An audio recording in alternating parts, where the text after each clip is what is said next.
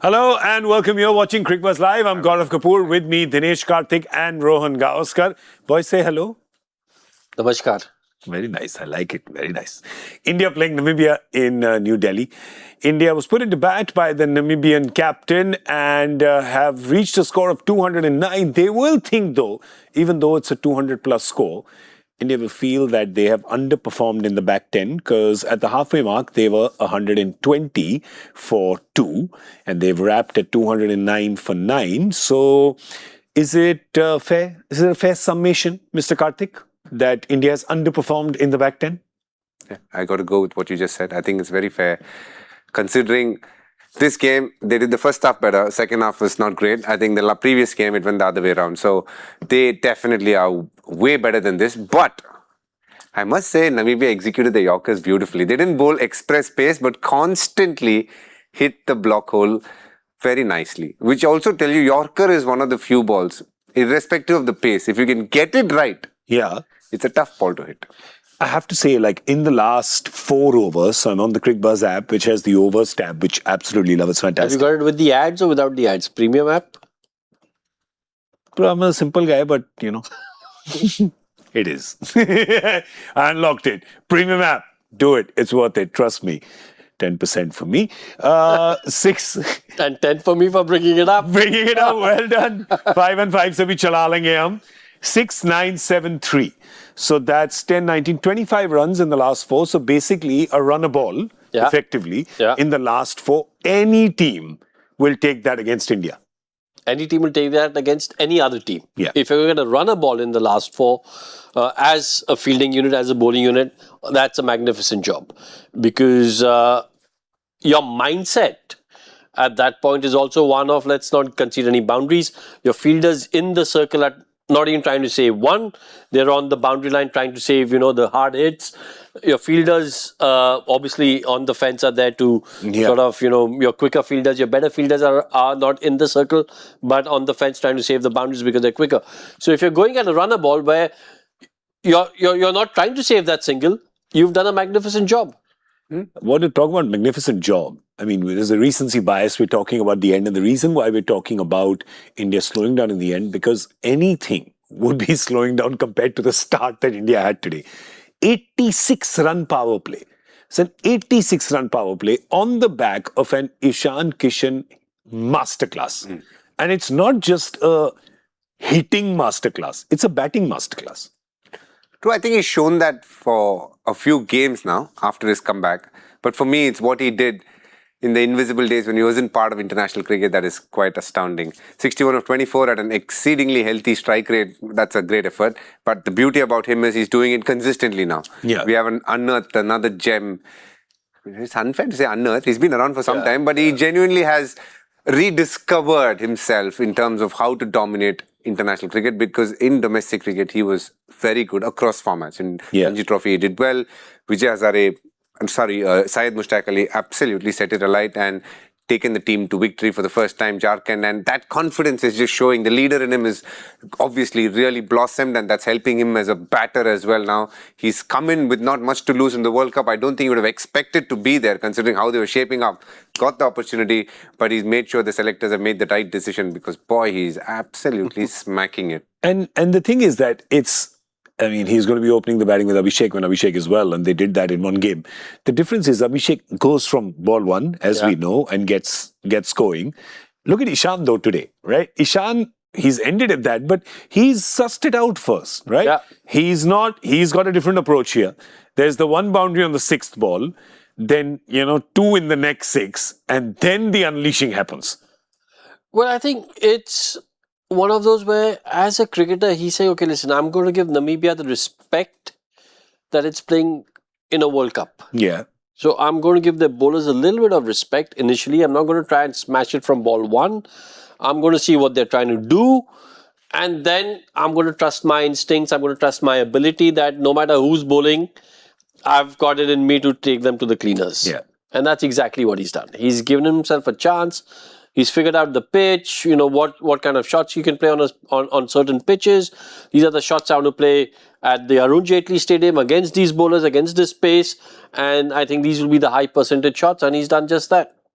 He was absolutely fantastic today. Just hit it everywhere, right? That's the thing about him. As a bowler, how do you decode an Ishan Kishan in this kind of form?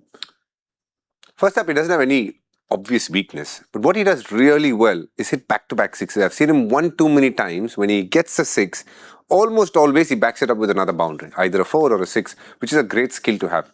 And that's when you get those big overs. If you see in that space of 7 balls, he's hit 5 sixes and 2 4s. Yeah. Not many can do that. And he's done that consistently where he's hit 3 sixes in an over. 1 6, 2 4s in an over, which is a very good skill to have. In that first 4, he's got a 4, he's backed it up with another 4. In 3 4 balls, he's got 3 4. So it's a pattern in his batting where once he's hit a boundary, he almost knows what the bowler could be doing next and he's ready for it. Yeah. And that is one of his super skills in playing T20 cricket. And the way he lines up, he used to be very good against certain types of spinners and certain types of pacers. But overall, his game has grown to an extent where he's taking down off spinners now. Anybody with high pace, even with a little bit of hard lengths, if they're able to hit it, he's able to pull it behind square. So these are the areas which he's worked and gotten better at. It's, what DK was saying about, hitting, back-to-back boundaries or back-to-back sixes or those 7 deliveries were just boundaries. It's the mindset of the 2026 batter. Yeah. The T20 batter. It's no longer if you've hit a 6, take a single get off strike. Yeah. The mindset now is you've hit a 6 early on in the over, the bowler's under pressure. Because now the bowler's thinking, what's my best sort of option to make this a 10-run over, 11-run over? He's not thinking about trying to get you out now. What's on the bowler's mind is, okay, I've gone for 6 of the first. I can't make this a 15, 18-run over. I've got to try and make this a 10-run over. So he's on the back foot, he's defensive. And as a batter, you're taking advantage of that. Because the pressure has been transferred from you as a batter onto him for the remaining 5 deliveries. And that's what a lot of these batters do so well now. They've realized that this is the moment which we can capitalize on. The bowler's under pressure. We got to make him pay. If he errs even a little bit in length, he's going the distance. Yeah. And that's exactly what happens with these modern day batters. That's Ishan, of course. And then you look at Hardik Pandya, right? Because you don't get to 200 on the back of just 160, right? They've got to have another guy who steps up as he did today.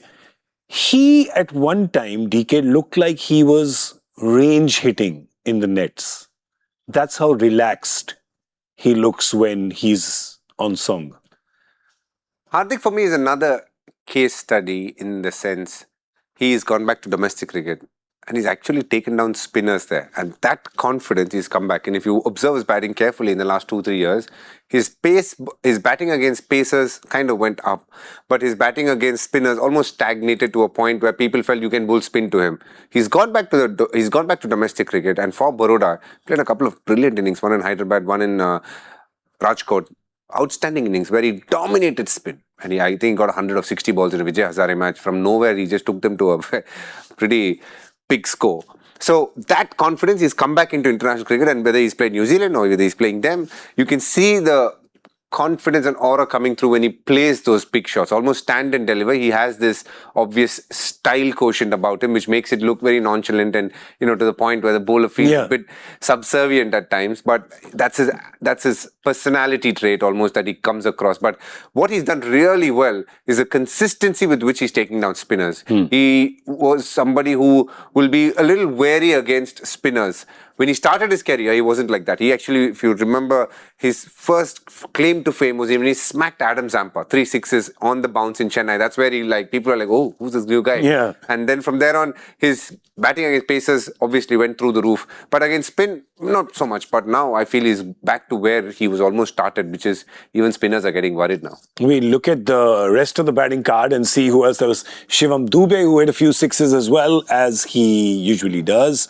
Sanju Samson got a good start, and there's a good impact, 22 of 8. Remember, is the high strike rate here, and 22 runs, not a bad. Well, look, this is what we spoke about in the pre-show. Impact. You get 20 of 8, 25 of 8 deliveries. That's the impact you run. And Sanju actually set the ball rolling, because he was like, when we spoke about in that earlier graphic about Ishan Kishan taking his time, it was Sanju who made sure we got off to a really quick start. And that's what you want. Again, you look at this sort of scorecard, it's got a very decent template to what a 2026 inning should be. You've got like 2 players there, Ishan and Sanju, at the start, top of the innings, who've got a strike rate of over 250.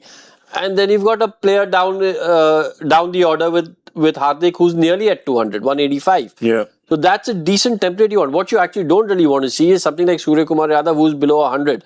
If he was at 140, 150, which he normally is, that is your perfect sort of batting template as far as T20 is concerned. Yeah, I mean, you'd say that 209 is, good enough score. Of course, India has left a few runs on the table here after the 86-run power play, after 120 at the halfway mark. But let's give due credit to Namibia and their bowlers. And the fact that actually their captain, on a day when there was carnage and there was mayhem, he's managed to go at 20 for 20 in his 4 overs and picked up 4 wickets. And he's bowled 15 dot balls. I think he's been fantastic today. And I mean, a few of those deliveries he's bowled from the dugout, right? Well, look, I'll tell you what, if it was none for 20 also, that's a phenomenal spell. Especially when you consider like the team scored conceded 210. So basically in 20 overs, you're going at more than 10 runs and over. And you are going at 5, which is half. Yeah. Even if you don't pick up wickets, that is a phenomenal spell. The fact that he's picked up 4 wickets to go along with that economical bowling tells you that, so, you know what, India's probably going to end up winning this game after having scored 210. But I wouldn't, if he got player of the match, I wouldn't be thinking, oh, what's happened here? How's he got player of the match? Because that is a spectacular performance. That's one for the ages. I mean, this is Namibia Hall of Fame. Yes, spectacular performance. When a team has conceded 210, you've conceded only 20 runs and picked up 4 wickets. Now, that is, from an individual point of view, that is a spectacular performance. Yeah. It is going to probably end up on the losing side, but just as if you take it away from, everything else, look at it as a singular performance. It's a great bowling performance in a World Cup against any team, even more so against defending champions. This Indian batting lineup in this form on a pitch like Delhi. True. And for me, what's quite astounding is the way he bowls. He bowls this Kedar Jadhav is, from here. Yeah. An interesting statement. We were just sitting in the green room backstage.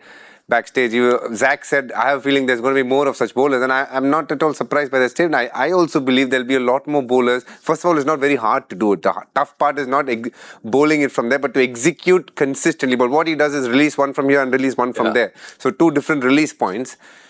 It's a very interesting skill to try and master, but not one that's very hard. So you can practice it. You can. Very much practicable, and you can actually get it right if you practice it enough. Unlike other skills like a dusra or a knuckleball, those are much tougher skills to practice. There was a time where, bowlers were trying to bowl in such a way, spinners, that the ball bounces twice. Okay. So the second bounce that it comes to you, it's lost all pace, and then you're trying to hit it on the second bounce. I remember Brad Hogg or Brad Hodge, one of them was trying to bowl that. The left armer? No, Brad Hodge. Then Brad Hodge. Yeah, Brad Hodge was trying to do that. I remember Manoj Tiwari was trying to practice that. I think that's now no longer the case. It's a no ball. It's a no ball if it pitches twice.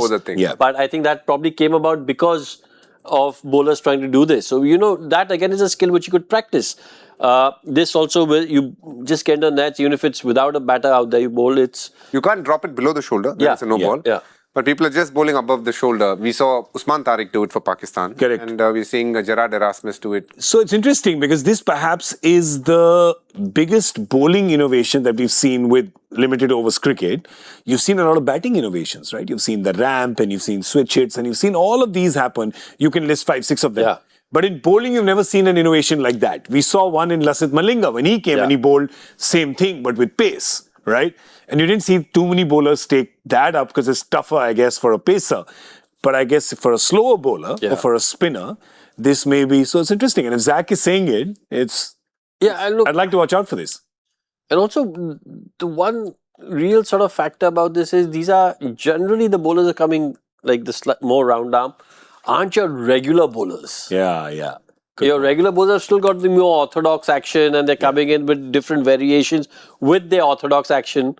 It's almost like dancing off rhythm. Yeah. Like it's very difficult for a trained dancer to dance off rhythm. Yeah. But it's okay for someone like me, Mr. 2 Left Feet, to dance off rhythm because it's pretty much our default setting. Honestly, it's exactly that. So as a part-time bowler, as someone who maybe, I'm not saying all bowlers are... all part-time bowlers are doing this. There are a few regular bowlers who also are trying different variations. Yeah, Krunal Pandya is an example. Krunal, He does that. bowls and he bowls one ball Suddenly here. from there, yeah, he does that. Kenna, before we go, I want to tell you one story about that, which Kabir Khan told me when they were shooting 83. They had a few real cricketers playing as well, and for the shot, they needed them to miss the ball, Yeah. right? And not hit the ball. He says the trained cricketers couldn't do that. Yeah. Because automatically when the ball comes, they hit it, right? So when you ask them to purposely miss it, they can't do it because your bat just ends up coming in front of the ball. It's exactly the same. Yeah. It's exactly the same with the dancing and with the orthodox bowling actions. All right, we're going to get out of here right now. We're going to come back. I mean, we're obviously saying advantage India at this point. The Indian bowlers to defend. There's 209. But what will Namibia get in the power play? We'll do a little guessing game of that. What do you think? 40. First of all, Gaurav, Bullseye. First inning bullseye should be worth 2 points and a cash prize. 100%. Yeah? I'm with you on that. put your barcode on X. People will definitely donate. A QR code. Yeah. That's nice. I like that idea. I like it a lot. All right. Guesses. 43 is what I'm saying. Shit. Say it. For a man who's got bullseye, I just feel bad that you underpinning Namibia. I'll say 50. Con 7 runs more. That's a lot in power play. That's true. Are you low bowling? No, I'm low bowling. Are you? I'm low bowling. 30s. No, not 30. I Trusting. can't. Next to me say 6. No. I'm going to go with just a little below you. Because 42 is the answer to all the questions in the universe. I'm going to go with 42. Aiming for the bullseye. Well played, Douglas. Nice. Yeah. I like it. Excellent. Let's take our hand towels and go for a little trek. That's Might what have we're to going to check back home now. It's just, I'm telling you, these references are very, very intelligent. They're very intelligent. I have surprised myself with these intelligent references on our show. All right, we're going to get out of here. We're going to see you at the end of the 10th over with Cricbuzz Combox. So do join us then. Namibia needs 210 for one of the biggest upsets in their cricketing history. Can they do it? Well, it's T20 cricket. Anything can happen. Stay tuned. Thanks for watching Cricbuzz Live.